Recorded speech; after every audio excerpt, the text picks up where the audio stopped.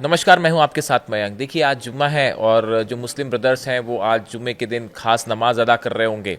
लेकिन आज मैं आपके सामने एक ऐसी घटना का जिक्र करना चाहता हूं, एक ऐसी नमाज का जिक्र करना चाहता हूं जिसने इज़राइल और ईरान के जंग की सूरत बदल दी। एक ऐसी नमाज जिसने ईरान को इज़राइल पर जीत दिला दी। अब आप सोच रहे होंगे शायद कि मैं किस ओर इशारा कर रहा हूं, मैं क्या बात करना चाह रहा हूं। अब मैं आपको थोड़ा सा फ्लैशबैक में ले जाता हूँ। अचानक आज कुछ लोगों से मेरी बात हो रही थी, फ्राइडे का दिन है, तो ये चर्चा छिड़ गई, तो मैंने सोचा आपके सामने भी ये बात रखी जाए।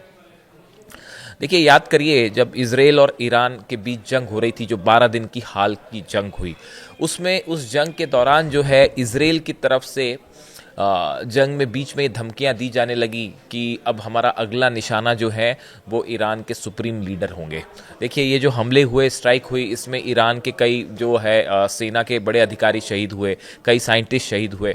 उसके बाद इजराइल के डिफेंस मिनिस्टर की तरफ से सबसे पहले ये बयान आया था कि अब हमारे निशाने पर हैं अली खामने साहब, हमारे निशाने पर हैं ईरान के सुप्रीम लीडर।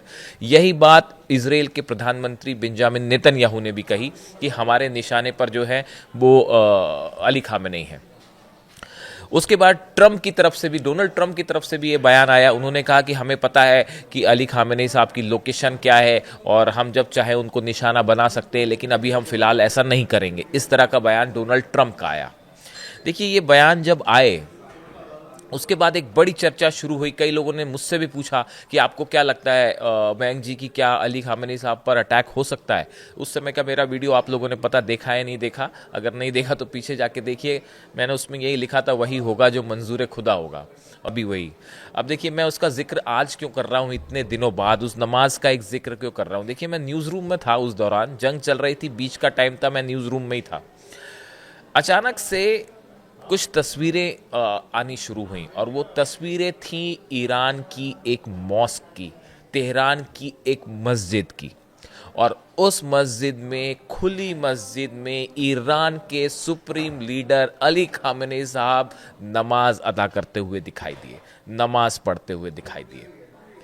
जंग के बीच में आप अंदाज लगाइए, F-35 जेट्स बम बरसा रहे थे तेहरान पे, B-2 बॉम्बर्स जो है वो हमला कर रहे थे, लगातार मिसाइलें गिर रही थी ईरान के ऊपर। कई जो है साइंटिस्ट शहीद हो चुके थे, कई जो है सेना के बड़े कमांडर्स थे वो शहीद हो चुके थे। और लगातार अली खामने साहब को धमकियां मिल रही थी कि अब अगला निशाना सुप्रीम लीडर होंगे।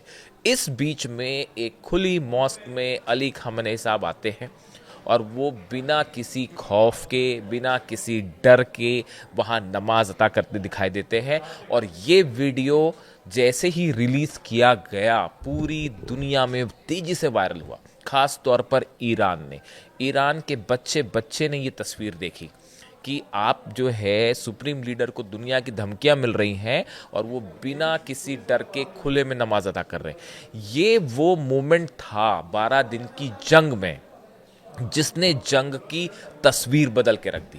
देखिए, शुरुआती दिनों में जो हमले हुए उसमें इजराइल लीड करता दिखाई दिया, ऐसा लग रहा था कि इजराइल जो है वो भारी पड़ रहा है ईरान पर। लेकिन आप देखिए फिर क्या हुआ। बीच में आधी जंग होती है, 6-7 दिनों के आसपास की बात है। उसके बाद ये तस्वीर बाहर आती है और जैसे ये तस्वीर आई अली खामने साहब की नमाज पढ़ते हुए, इसने पूरे जंग की सूरत बदल दी। मानो पूरे ईरान में, IRGC में, ईरान की सेना में, ईरान के बच्चे बच्चे में एक नया हौसला भर गया। और सब ने ये कहा कि देखिए, जब हमारे सुप्रीम लीडर जो है वो बिना डरे, मिसाइल्स गिर रही हैं, F-35 जेट बम बरसा रहे हैं, B-2 बॉम्बर जो है वो बम बरसा रहे हैं, धमकियां मिल रही हैं, उसके बावजूद बिना डरे वो खुले में नमाज पढ़ रहे हैं। ये वो सेंटिमेंट था, ये वो भावनाएं थी जहां से जंग की सूरत बदल गई। और उसके बाद आखिरी 5 दिनों में ईरान ने क्या किया वो पूरी दुनिया ने देखा।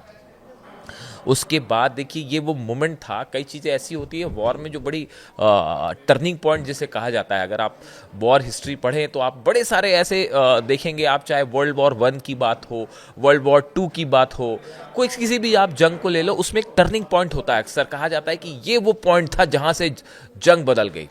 ये जो नमाज अदा की गई खुले में अली खामनेई साहब की तरफ से, इसने ईरान को एक जबरदस्त बूस्ट दिया, ईरान के आत्मविश्वास को अपने पीक पर पहुंचा दिया। और लोग ये कहने लगे कि ये करबला की सीख है, लोग ये कहने लगे ये इमाम हुसैन की हिम्मत है, और ईरान जो है किसी सूरत में नहीं डरेगा। ईरान का बच्चा बच्चा जो है वो अली खामनेई साहब के साथ आके खड़ा हो गया।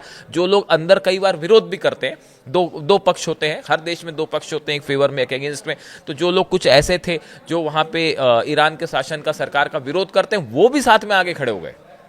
पूरा ईरान एकजुट हो गया, और उसमें सबसे बड़ी भूमिका थी किसी की, तो वो इन तस्वीरों की थी जो अली खामनेई साहब ने खुले में आके मॉस्क में नमाज पढ़ी। और उसके बाद तो फिर पूरा IRGC सेना एकजुट होकर, उसके बाद इजराइल पर आखिरी के 5 दिनों पे जो हमले हुए, जो मिसाइल्स बरसी, वो उसके बारे में फिर अब कुछ बताने की ज़रूरत नहीं है, वो कहानी आपको पता है कि उसके बाद क्या हुआ। और उसके बाद फिर अली खामनेई साहब ने क्लेम भी किया कि हमने 12 दिन की जंग में इजराइल को हरा दिया। तो मैं कहना ये चाहता हूँ, आज उतनी जंग की बात नहीं करेंगे हम, फ्राइडे है तो मैं अपने कुछ दोस्तों से मिल रहा था, आज फ्राइडे था तो, और नमाज का दिन होता है ख़ास तौर पे, तो उस दौरान चर्चा हुई, तो उसी दौरान ये बात भी छिड़ी कि कैसे जो है वो अली खामनेई साहब की एक नमाज ने जो है वो 12 दिन की जंग में ईरान को जीत दिला दी और सेंटिमेंट्स चेंज कर दिए। ये कोई न्यूज़ नहीं है, मेरे मन में एक बात आई, आप लोगों के साथ शेयर कर देता हूँ मैं, जो बातें आती है।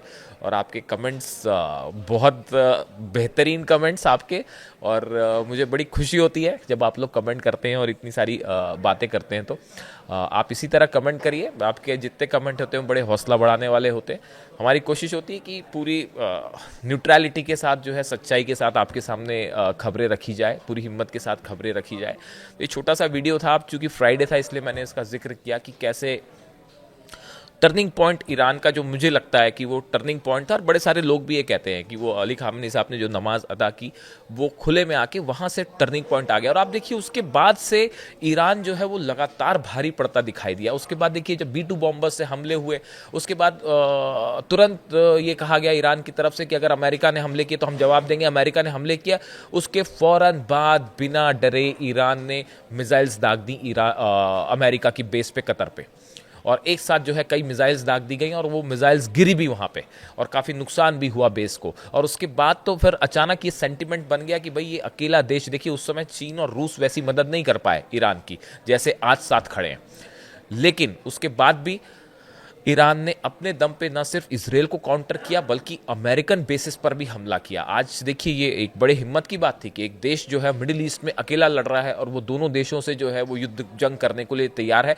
और जो कहा उसने वो तुरंत मिसाइल्स फायर कर दी अमेरिकन बेस पे जैसे ही उन्होंने हमला किया। तो ये जो चीज़ें हैं इसने ईरान की एक टोटल इमेज को ही चेंज करके रख दिया। आप देखिए आज जो है रशिया, चाइना समेत दुनिया के कई देश ईरान के साथ खड़े हुए हैं, और ईरान में पहले जिस गति से मिसाइल्स बन रही थी आज उससे ज़्यादा मिल रही हैं, वो ज़्यादा तेज स्पीड से बन रही हैं। जो हथियार बना रहा था ईरान आज ज़्यादा बना रहा है। जो डिफेंस सिस्टम की बात हो, एयरप्लेन्स की बात हो, तमाम चीज़ें आज पहले के मुकाबले ज़्यादा एडवांस्ड हैं। और इसमें जो है जो टर्निंग पॉइंट था वो मुझे ऐसा लगता है कि वो इमेजेस थी। देखिए आप लोग कमेंट करिए, बताइए आपको वीडियो कैसा लगा। मैं कोशिश करूँगा कि आप में के जो कमेंट्स आते हैं उनमें से रोज़ एक कमेंट मैं आपको पढ़ के बताऊँ। जैसे मैंने आपको पहले भी कहा था, एक मैंने पिछला वीडियो बनाया था ईरान में जो लाल बारिश हुई उसको लेकर, और उनको हुसैन साहब की, इमाम हुसैन की हिम्मत से जोड़ के मैंने जो बात कही थी, उसमें बाबुल आलम हैं, ये कतर में रहते हैं। इन्होंने एक मैसेज किया कि मयंक भाई हम सभी कतर में बैठकर आपका वीडियो देखते हैं, हम दिल खुश हो जाता है, शुक्रिया आपका। इस तरह का उन्होंने कमेंट किया। तो कतर से मेरे जो दर्शक हैं उन सब का बहुत बहुत शुक्रिया, बहुत बहुत थैंक यू। आप वीडियो देखें, कमेंट करें, मैं कोशिश करूंगा कि आपका एक रोज़ एक कमेंट आपका मैं सामने रखूं। वीडियो कैसा लगा कमेंट करके ज़रूर बताइए। Thank you so much.